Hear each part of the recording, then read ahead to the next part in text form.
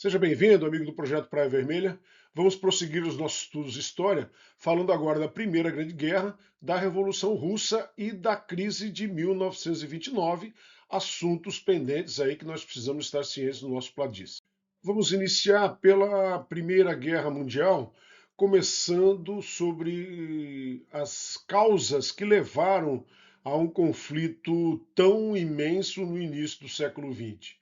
Então, inicialmente falaremos sobre o fortalecimento do nacionalismo e do militarismo.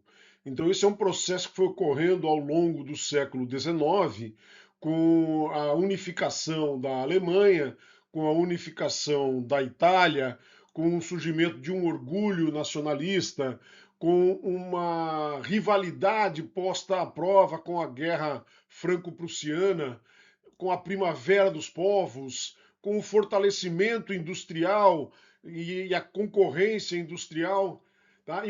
Acarretando no realinhamento político por intermédio de sistemas de alianças que geraram uma instabilidade diplomática. Aí nessa imagem vocês podem ver o Império Germânico, que tinha mais de 30 reinos, foi unificado aí em 1871. Aqui nós podemos ver dois aspectos interessantes desses antecedentes. A Primavera dos Povos, que foi um grande movimento de revolta contra os impérios pelo povo, mas que foi totalmente sufocado e trouxe pouco resultado prático. Trouxe, na verdade, muitas mortes e muita violência. Esse termo primavera está, sim, relacionado a flores, a esperança, a paz, mas o resultado esperado não ocorreu. Outro aspecto aqui é a unificação italiana, também muito próximo, no período muito próximo da unificação alemã, protagonizada ali por Giuseppe Garibaldi e deveras importante como causa para essa guerra mundial também, já que tanto Alemanha quanto Itália, começaram a buscar novos mercados, começaram a também protagonizar diversas desavenças com os países limítrofes. Dentro desse espírito surgiram duas grandes alianças, a Tríplice Aliança e a Tríplice Entente. A Tríplice Aliança, formada pela Alemanha, o Império Austro-Húngaro e a Itália, enquanto a Tríplice Entente, formada por França, Grã-Bretanha e Império Russo. Detalhe é que entre eles mesmo tendo uma grande aliança, uma aliança militar de defesa, havia diversas rusgas. Tá?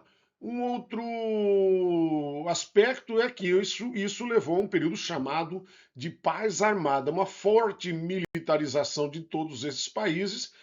Todo mundo já imaginava que esse conflito fosse ocorrer em algum momento.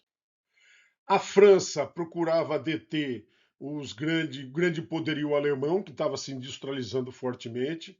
A Alemanha tinha ambições no leste, com um planejamento de uma estrada que ligaria Berlim até Bagdá. O petróleo já era algo considerado extremamente importante. A Itália tinha seus interesses no mar Adriático, onde ela chocava-se com o Império Austro-Húngaro.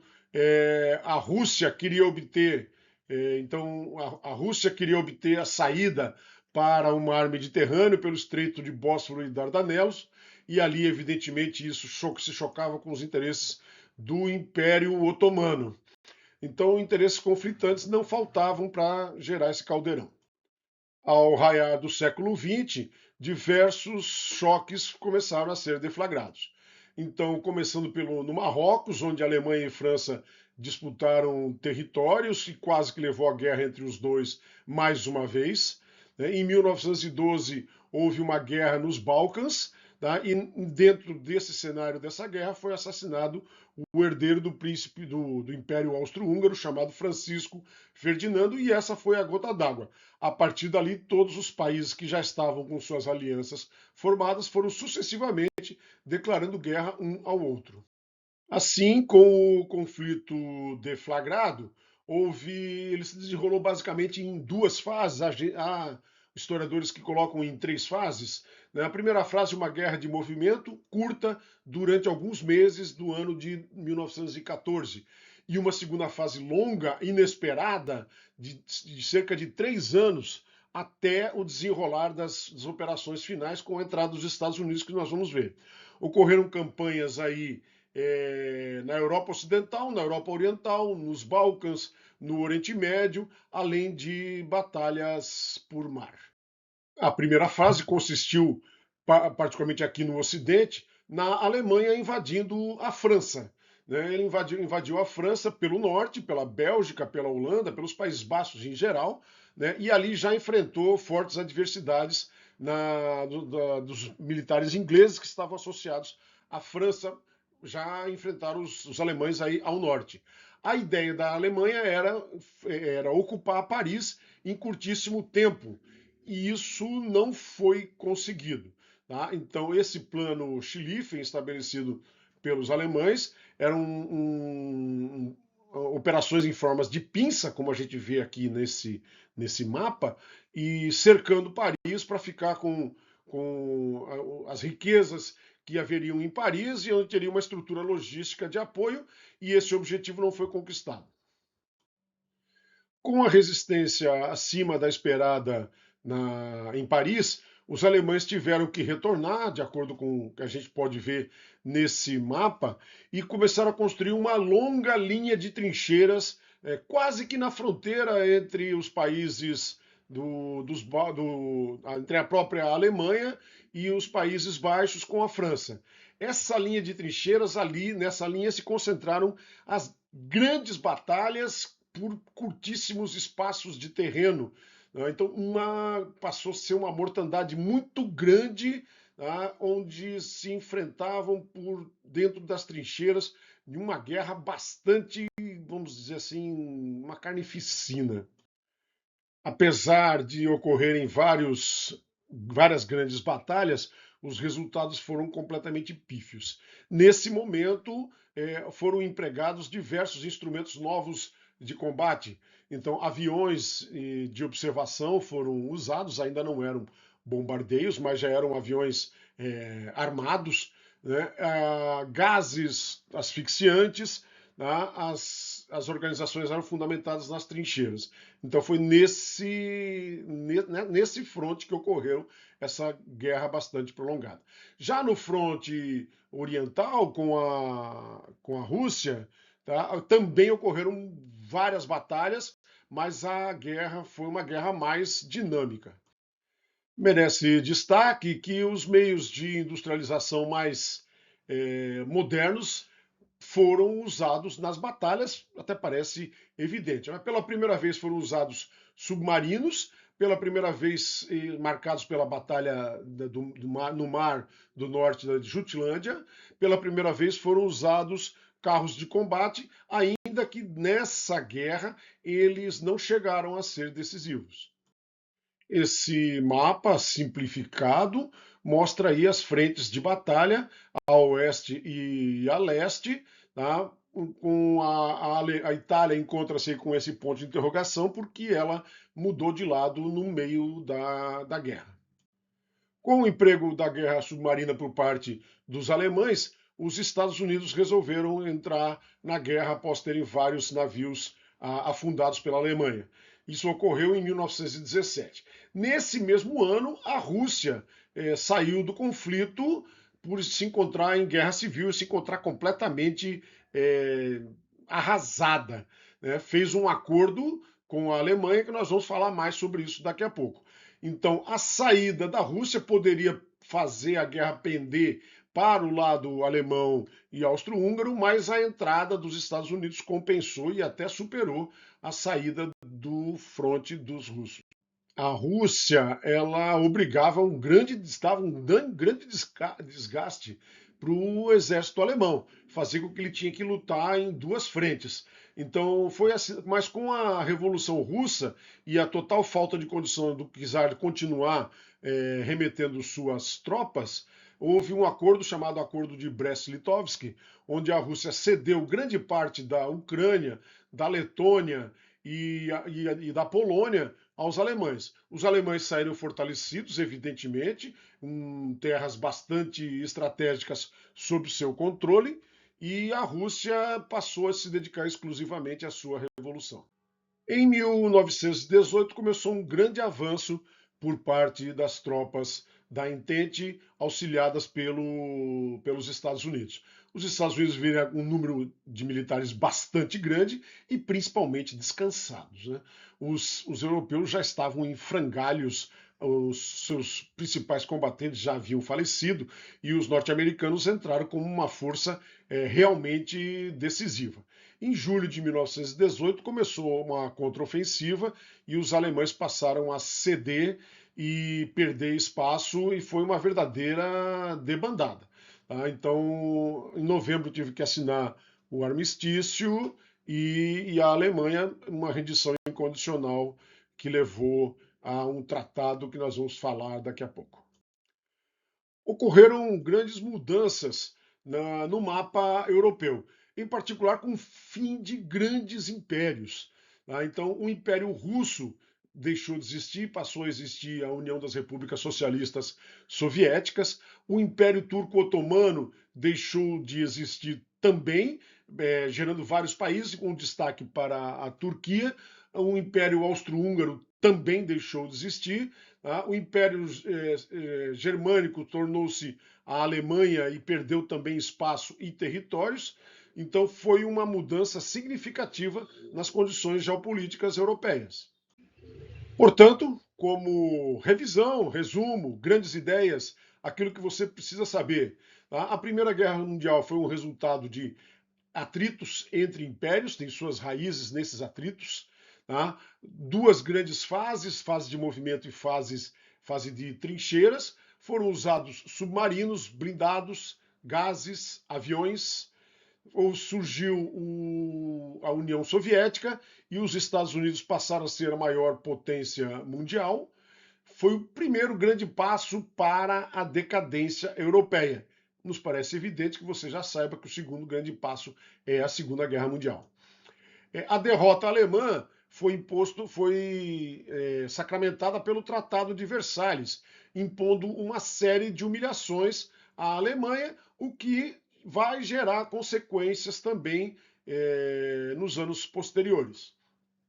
A Europa perdeu aquela estatura simbólica e demográfica como grandes cidadãos mais desenvolvidos, mais evoluídos, que deveriam levar civilidade para a Ásia e para a África. Então, isso se quebrou totalmente em razão dessa guerra.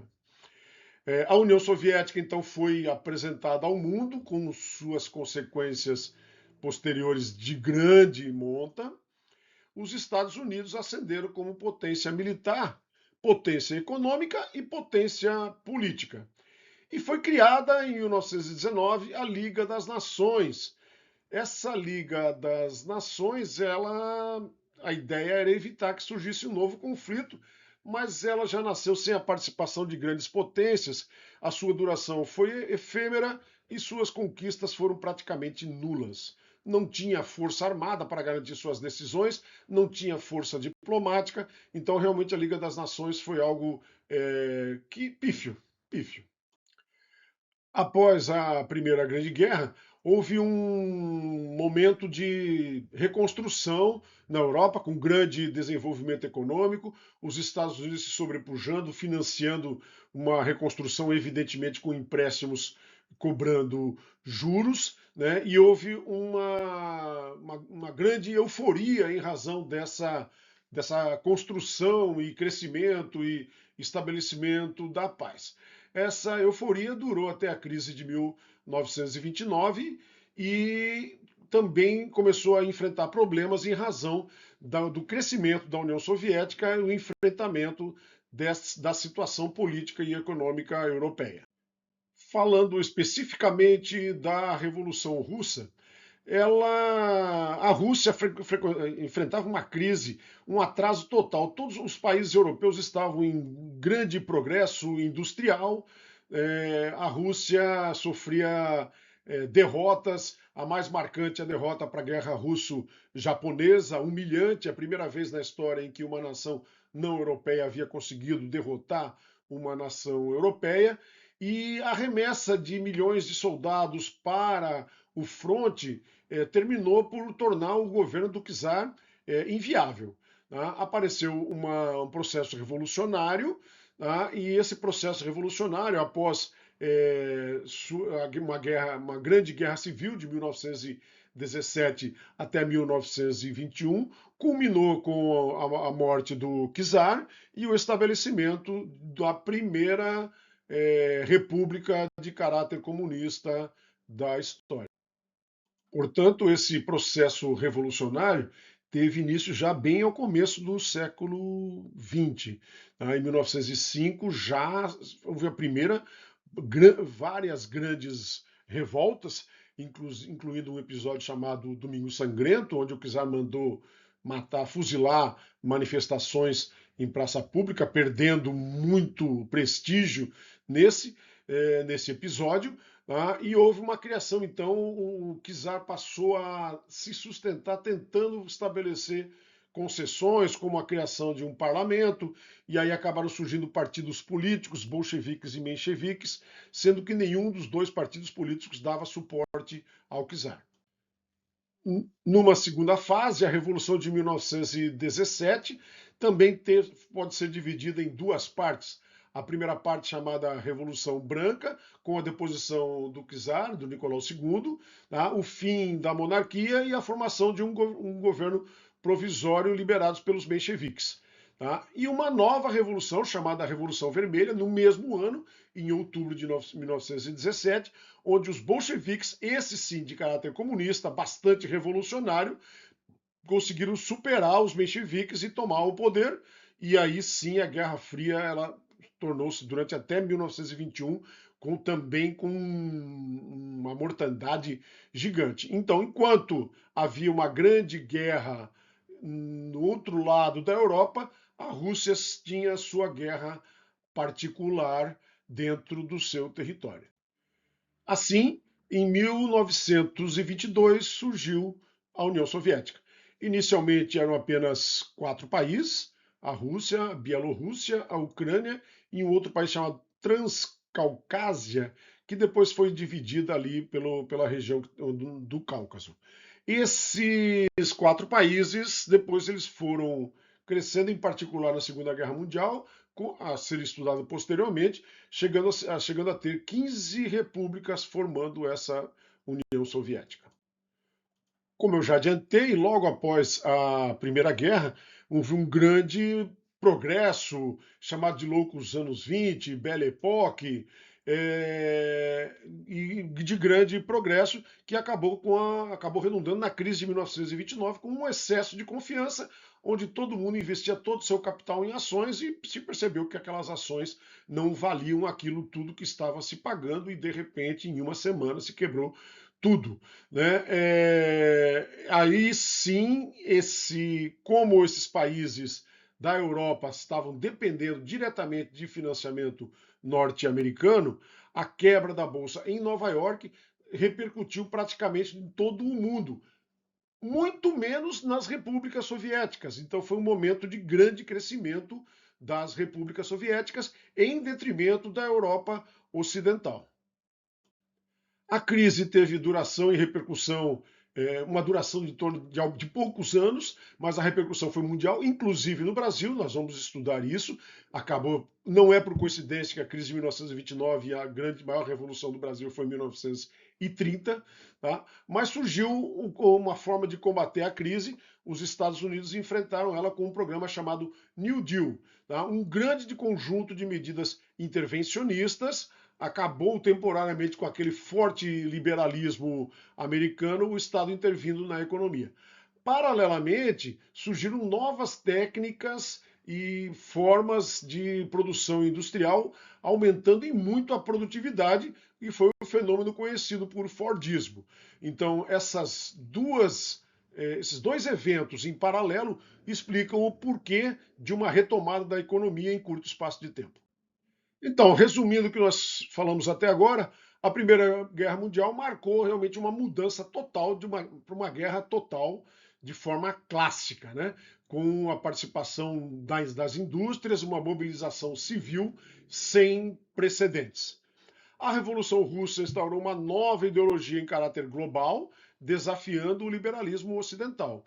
E a crise de 1929 evidenciou uma vulnerabilidade do sistema capitalista e abriu espaço para esses sistemas totalitários crescerem e mostrarem que também poderiam ser uma opção. Né? Esses eventos todos reunidos criaram umas bases para uma geopolítica posterior. Ainda para a gente fechar essa aula, eu vou deixar registrado aqui alguns aspectos que eu considero relevantes desse período. Grandes mudanças na história da humanidade, resultantes, desculpe, dessa guerra e desse conjunto de acontecimentos nesse momento. Tá? Dá para observar com muita clareza ocorrências de fenômenos em todos os campos do poder. Talvez, por que não, uma questão no campo militar, aí tem um conjunto de ideias, de novidades, de coisas que surgiram ao longo desse período também.